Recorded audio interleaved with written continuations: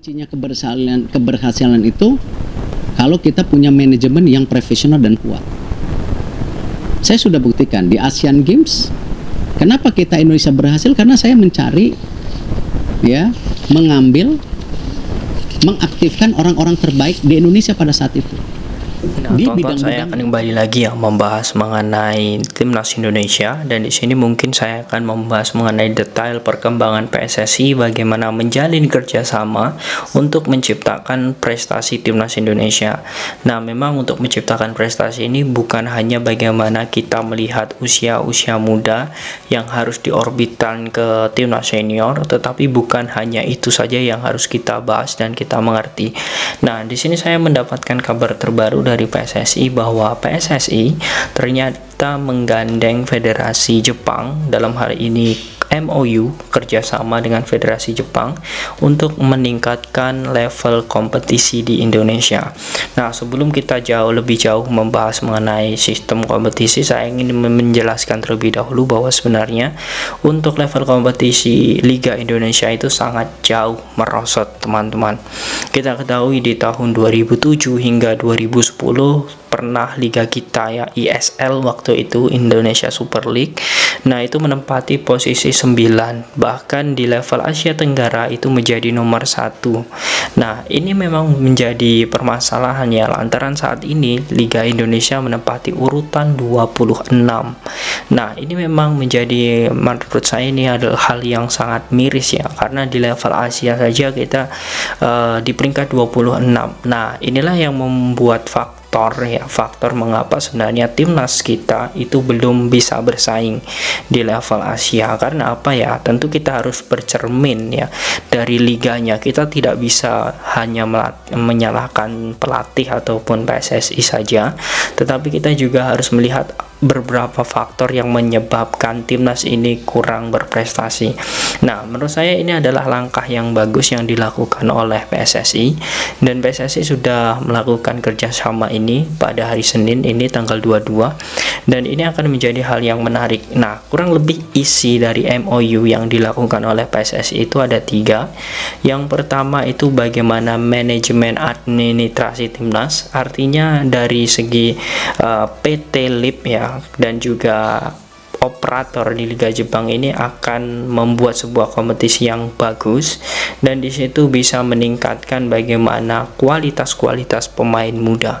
Nah, kemudian bagaimana pemain muda diorbitkan ketika bermain di klub. Nah, kemudian nanti bisa dipanggil oleh timnas senior atau timnas U23 atau timnas U19 sesuai dengan kelompok umur. Nah, ini manajemen timnas ini sangat perlu, apalagi berkaca dengan Jepang yang saat ini dia dalam peringkat 3 besar dalam arti peringkat pertama itu Liga Arab, kemudian Liga China, kemudian Liga Jepang.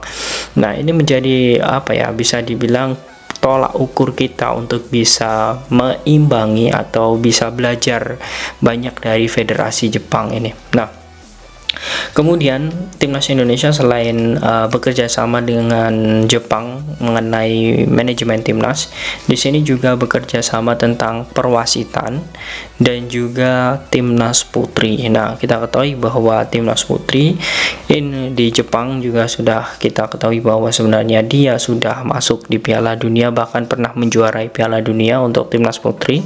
Kemudian timnas Indonesia juga masih proses untuk menuju itu. Nah, kemudian untuk perwasitan, di sini saya melihat bahwa ada beberapa nama pelatih hebat di Jepang dan juga wasit hebat di Jepang yang akan memimpin di BRI Liga 1 musim ini yang akan dimulai pada bulan Juli.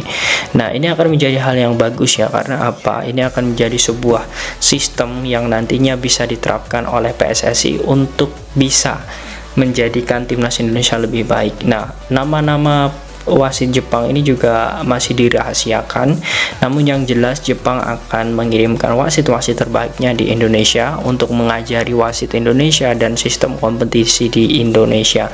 Apalagi di Indonesia juga kita ketahui di pertengahan nanti pertengahan musim akan menggunakan VAR. Artinya sangat cocok, ini akan menjadi sosialisasi yang bagus. Nah, mengapa di sini mungkin bagi teman-teman yang mengatakan atau bertanya kepada saya, kenapa kok membahas mengenai hal ini atau membahas tentang sistem kompetisi, karena di sini adalah akar bagaimana prestasi atau perkembangan timnas Indonesia berasal dari kompetisi. Nah, menurut saya ini sangat perlu dibahas. Jika Erick Thohir dalam hal ini berhasil membenahi kompetisi di level Asia hingga masuk 10 besar lagi, ya, ini akan menjadi hal yang sangat luar biasa. Karena apa? Timnas yang memiliki prestasi itu juga akan dilihat dari kompetisi yang sehat.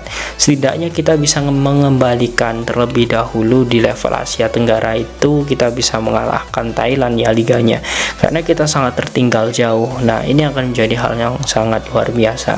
Kemudian mengapa PSSI ini berkaca dengan Jepang, ya, atau memiliki acuannya adalah Jepang? Karena kita tahu Jepang dari segi administrasi, kemudian bagaimana dirinya bekerja sama dengan Jerman, kita ketahui bahwa Federasi Jepang itu memang kiblatnya bukan Spanyol ataupun Inggris, tetapi Jerman. Dan dengan pola yang diterapkan, bagaimana sistem kompetisi di Liga Jepang kemudian disamakan dengan Federasi Jerman, ternyata membuahkan hasil. Dan dari tahun 2000 hingga saat ini, ya, Jepang bisa dikatakan adalah raksasa di Asia ini, dan ini menjadi hal yang bagus.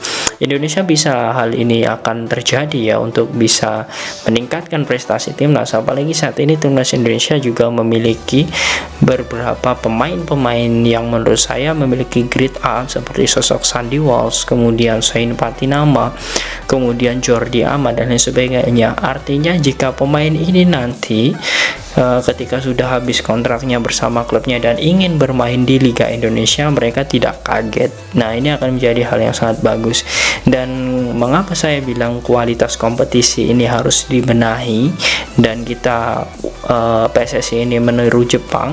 Tentu ini akan membuat persaingan. Jadi kita ketahui, ya, bahwa pemain-pemain top dunia untuk berlaga di Indonesia menurut saya ini sangat jarang atau masih sedikit. Oke, kita pernah kedatangan Michael Essien, kemudian Peter Odewingie, kemudian ada beberapa pemain lainnya seperti Marcus Ben.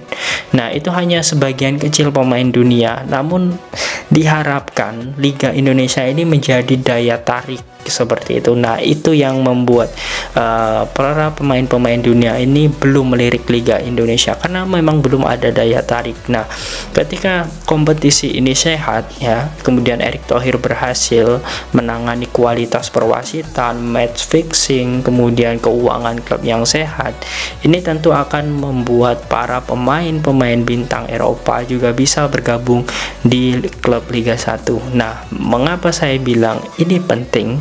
Karena apa? Pemain-pemain dunia itu nanti akan bisa mengajari pemain-pemain lokal bagaimana sepak bola yang baik, teknik dasar yang baik, pengalaman-pengalaman yang baik akan ditularkan di pemain-pemain kita. Nah, secara gambaran umum jika semua itu sudah terjadi, tentu imbasnya adalah di timnas Indonesia kompetitif dan juga bagaimana bersih dan juga bagaimana teknik-teknik dasar dalam permainan sepak bola adalah seni, itu akan ditularkan oleh pemain-pemain tersebut. Nah, inilah teman-teman pentingnya mengapa sebenarnya kompetisi ini harus dibenahi dan diharapkan roadmap yang dilakukan oleh Erick Thohir ini berhasil. Kita ketahui bahwa Erick Thohir memiliki roadmap yang jelas, kemudian untuk membenahi kompetisi ini juga sangat jelas. Jadi jika diterapkan untuk membangun prestasi timnas ini juga sangat bagus. Nah, memang proses ini nanti untuk perkembangan seperti ini memang memerlukan waktu yang menurut saya ini relatif lama, kurang lebih 2-4 tahun untuk menciptakan level kompetisi yang sehat seperti ya kita harapkan, ya, seperti di level Thailand terlebih dahulu ataupun Liga Malaysia. Nah, ini akan menjadi hal yang sangat bagus, apalagi memang Indonesia saat ini tertinggal jauh. Nah, dengan kiblat yang sudah dilakukan oleh PSSI adalah acuannya adalah Jepang, ini akan membuat dua negara Asia Tenggara yang memang mengacu pada Jepang, yakni Indonesia dan juga Kamboja. Kamboja sudah terlebih dahulu dan kita bisa melihat bagaimana timnas Kamboja yang mungkin 5 tahun sebelumnya ya belum bisa dalam artian dalam konteks permainan bisa mengimbangi bagaimana ritme yang dilakukan Indonesia, Malaysia dan Kamboja sudah perlahan membuktikan. Karena apa? Level kompetisinya sudah sehat. Kemudian bagaimana persyaratan klub untuk bisa masuk di Liga 1-nya itu juga sangat ketat. Nah, Indonesia juga seharusnya bisa menerapkan hal itu. Nah, lagi-lagi ini adalah untuk kepentingan timnas Indonesia. Liga yang sehat tentu akan menciptakan timnas yang kuat. Nah, ini akan menjadi hal yang sangat bagus. Nah, bagaimana menurut kalian teman-teman tentang apa yang dilakukan PSSI ini? Apakah dengan hal ini akan membuat timnas Indonesia akan lebih maju? Silahkan kalian tulis di kolom komentar.